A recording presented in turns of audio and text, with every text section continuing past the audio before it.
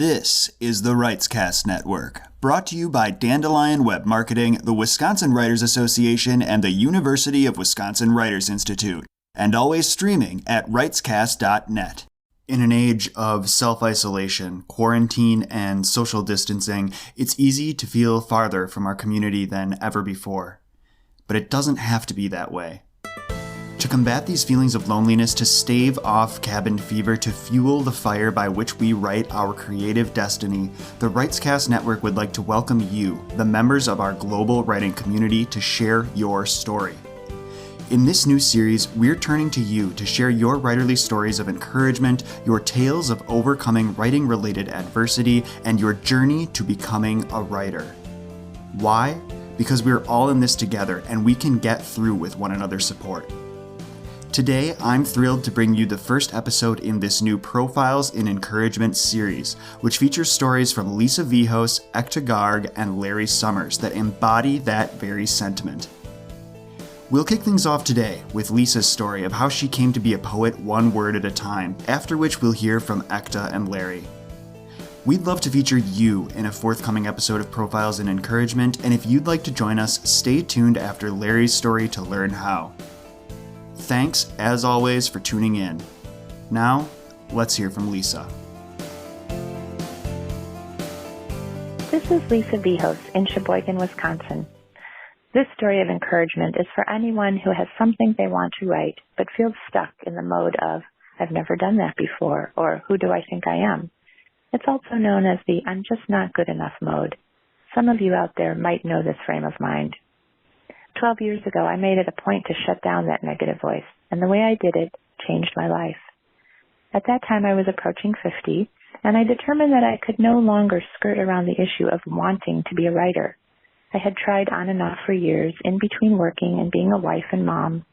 I had taken classes in fiction writing, tried children's book writing, sent some things out, but nothing was coming together, and I felt like I'm just not good enough. But I knew I had poetry in me, and I wanted to get it on the page.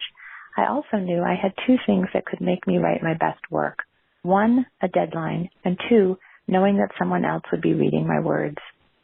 I started a project called Lisa's Poem of the Week. I asked a few friends and family members to accept a poem from me via email every Sunday. I told them they did not need to comment unless they really wanted to, just promise to read my words. One friend said, "Are you sure you can write a poem every week?" And I said, "I have no idea, but I'm really going to try." I did more than try. I did it for 3 years. Never missed a Sunday. Not every poem was fabulous, but some were really, really good. And my readers let me know. My email distribution went from 23 recipients to about 250. Some were people I'd never met, but friends of friends who'd heard about the list and wanted to be on it. The power of discipline really changed me. In those 3 years, I became the poet I had always known I was, but wouldn't let myself be. Since 2011, my poems have appeared in many journals. I've published 4 chapbooks and won numerous awards. At last, I can say with no hesitation, I am a poet. And guess what? For over 20 years, I've had a novel brewing in me. It's a historical fiction about a woman artist in the Renaissance. In 2017, I decided I needed to take my own advice and just start writing, and oh boy, did that negative voice kick in. You've never done this before, and who do you think you are? And you're just not good enough. But hey, I'm on my 3rd revision. It's getting really close. Any day now, I'm going to have a novel ready to pitch. I hope someday I'll get to say I am a poet and a novelist. It could happen. The best part is having learned to turn off that negative voice. If you're grappling with it, know you're not alone. Tell it to shut up, make a plan for yourself, and just keep going. You can do it. Thank you to Lisa Vihos for sending in her story. Now, let's hear from Ekta Garg of the Right Edge blog. Hi, this is Ekta Garg sharing my profile and encouragement session for the WritesCast Network. I've been surrounded by stories all my life. There were the books, of course. Books, always and everywhere. Then there's my mother. She'll walk into a dinner party and we'll have talked to everyone in the room by the end.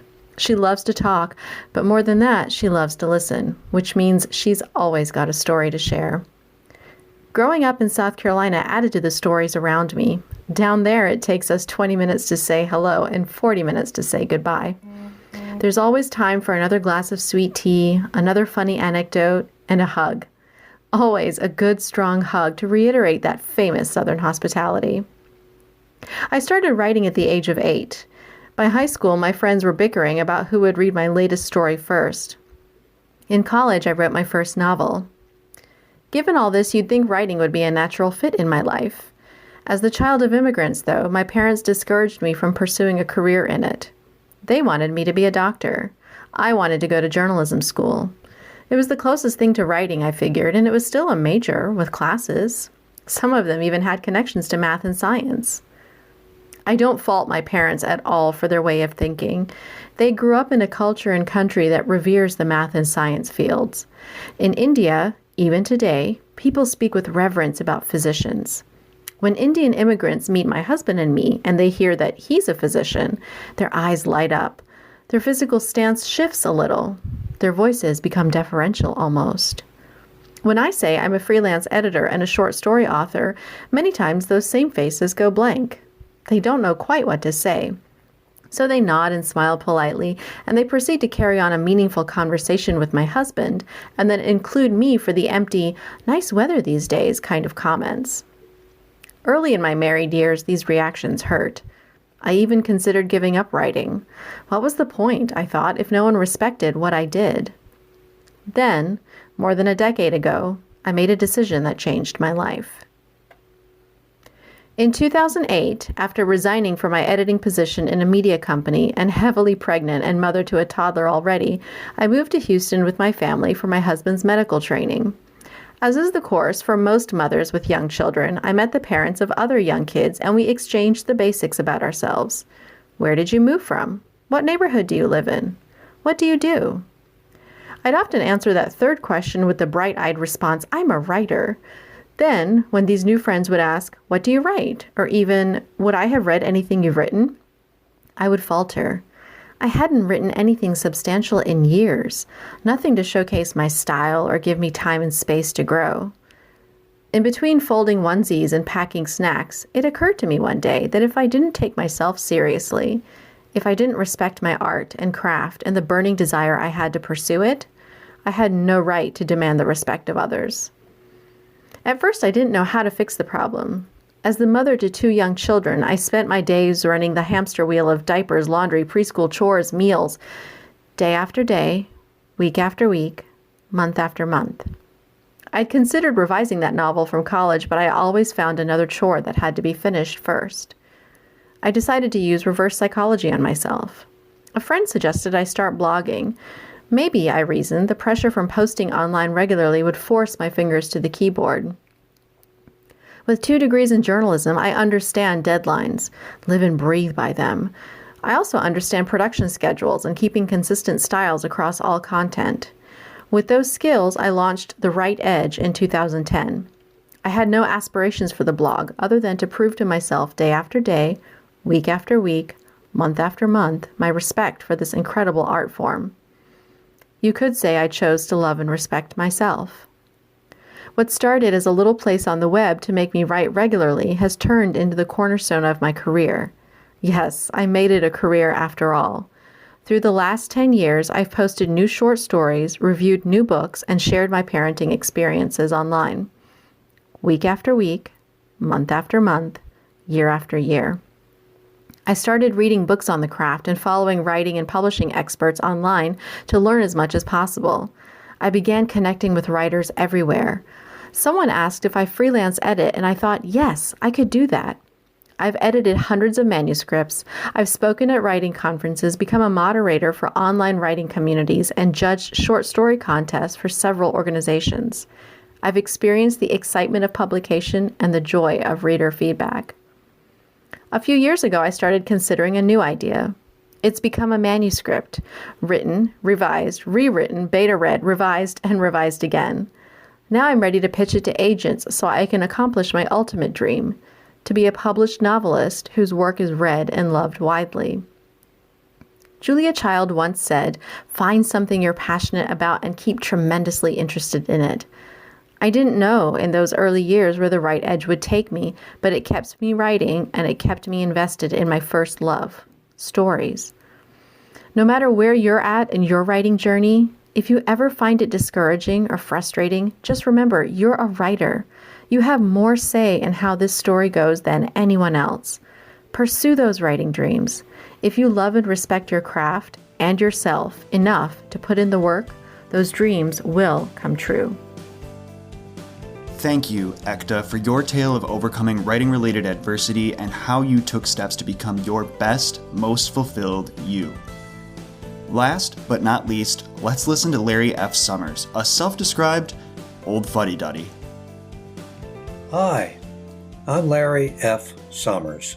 The F is for Franklin.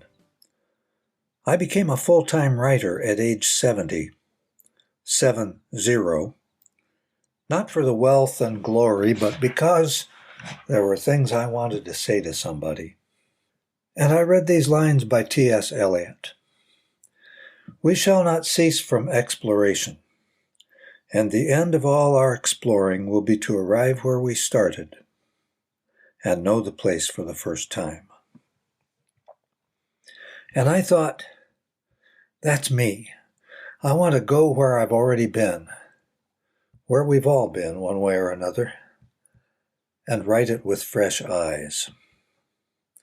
I wrote a few short stories that got published.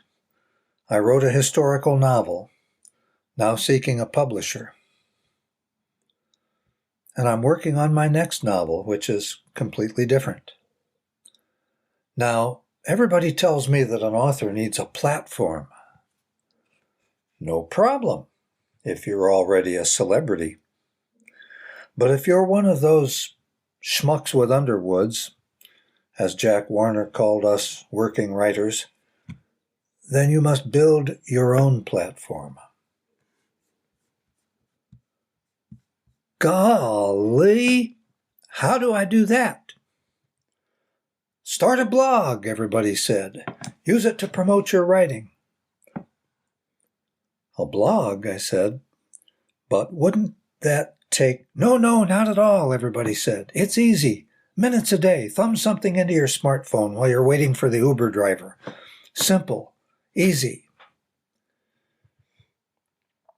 Now, I may be the one person left in North America who does not carry a cell phone. Even if I did, my thumbs are all thumbs. And I can't tell an Uber driver from a socket wrench. So how can I do this blog? Call me an old fuddy-duddy, if you will. But I saw one thing everybody had failed to mention. A blog, although it actually does take quite a bit of work, might be not just a way to promote my writing, it could be my writing. Novels and short stories are wonderful, but who knows when or how they'll be published. Instead of growing cobwebs while I wait, I post 1,000 to 1,500 words at larryfsommers.com every Tuesday morning. I publish them on my own authority without a designer, an ISBN, or an Ingram Sparks. I've sent more than 50,000 words out to my readers in the past year. They're all words I've thought about, looked into, and am willing to be responsible for. And people read my work. I average 100 views per week with room to grow. I'm starting to do what I set out to do.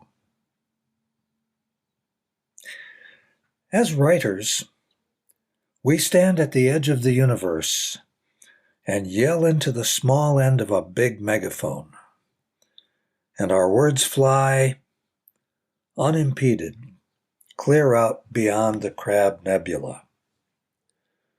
No echo answers back, and we wonder just what the hell we think we are doing.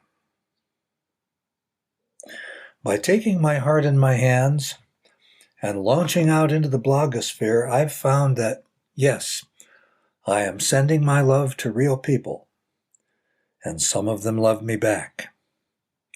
That's my success story as of today, March 16th, 2020. If that works for an old fuddy-duddy, there may be hope for you too. Thanks for listening. Thank you, Larry, for joining us for this first ever episode of Profiles in Encouragement. And thank you as well to Lisa and Ekta for having the courage to do the same. Now, listeners, it's your turn. The WritesCast Network is asking you, the writing community, to share your stories of writerly success, a writing-related victory over adversity, or your journey to becoming a writer. So how does it work? First, record a voice memo on your phone that embodies the spirit of community and encourages others or lets them know we're all in this together. Once you've recorded this voice memo, make sure it's no longer than 5 minutes in length. We want to maximize our ability to share as many stories as we can in tidy, bite-sized increments that pack a real punch. Once you've ensured your recording is 5 minutes or fewer in length, send that file to writescast@gmail.com. That's writescast@gmail.com. Don't forget the S in the middle there. After you've submitted your recording, I'll be in touch soon to acknowledge receipt. Remember, the best stories will be those that capture the spirit of the word community. Think along the lines of, if I can do this, so can you, or we're all in this together. I look forward to hearing from you at writescast@gmail.com. If you're willing and able to show additional support for this initiative and our programming during these challenging times, please consider visiting our Patreon page at patreon.com/writescast, where you, like patrons Laura Hazen and Angeline Boley, can express your gratitude for all of our programming in the form of direct financial contributions that also earn you additional patron rewards. Again, to learn more, it's patreon.com/writescast. Until next time, this is R.R. Campbell signing off. Write on, write well, and take care. This is the WritesCast Network, brought to you by Dandelion Web Marketing, the Wisconsin Writers Association, and the University of Wisconsin Writers Institute, and always streaming at writescast.net.